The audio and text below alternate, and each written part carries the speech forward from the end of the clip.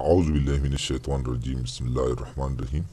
حضرت لیث بن سعد رحمت الله علیه وایي چې ما ته دا خبره رسیدلې ده چې حضرت زید بن حارثه رضی الله عنه خپله کیسه دغه شانتې سنو کړې وه چې ما په طایف کې د یو کس نه په کرۍ باندې خچر واخیستو.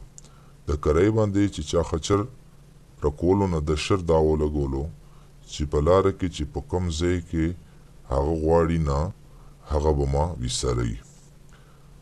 نو لږ سفر نه پس هغه زه یو داسې ځای ته بوتلم چې هغلته هیڅوک نه وو او هر طرف ته یو صحرا او غونه وو چې هلته ورسېدو نو ده ماته ویل چې دلته کوز شه.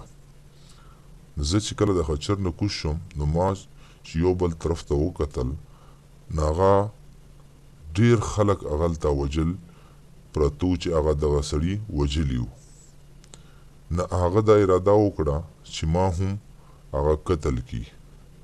ما ورته درخواست وکړو چې ما ته 2 رکعته د منځه کولو اجازت راکړه. هغه وویل چې مونځ وکړه، تا نه مخکې چې څومره خلک ما دلته وجلي هغو هم منځه اجازت غوښتې و، مونځ یې کړی و 2 رکعته، خو منځه هغو ته څه فایده ونه رسوله. ما چې کله 2 رکعته مونځ ختم کړو نو هغه د ما قتل کولو دپاره مخکې راتیر شو. نو ما ووی چې یا ارحم الراحمین. نو اچانک هغه سړي یو آواز واورېدو چې دغه سړی قتل نه کې. نو هغه وډار شو، ویرېدو.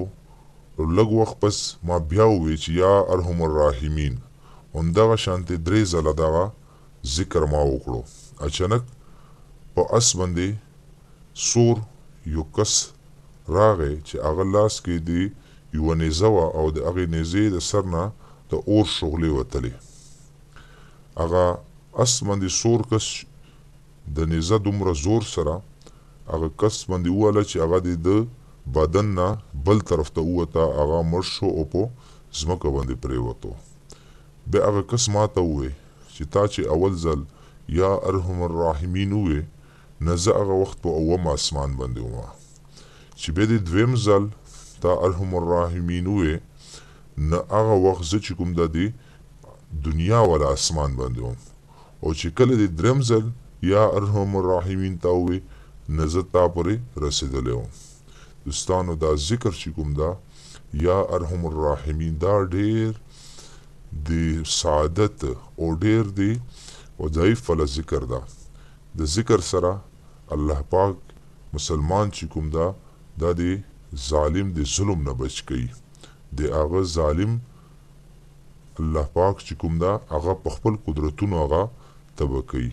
نه دا ذکر چې کوم هم کسان دغه شی وي چې هغه باندې ظلم کیږي یا هغه د ظالم عتاب شکار وي نو هغو ته پکار ده چې دا ذکر چې کوم دا یا ارحم الراحمین چې کوم دا بار بار دې ذکر کوي. الله دې مور تاسو مل شي.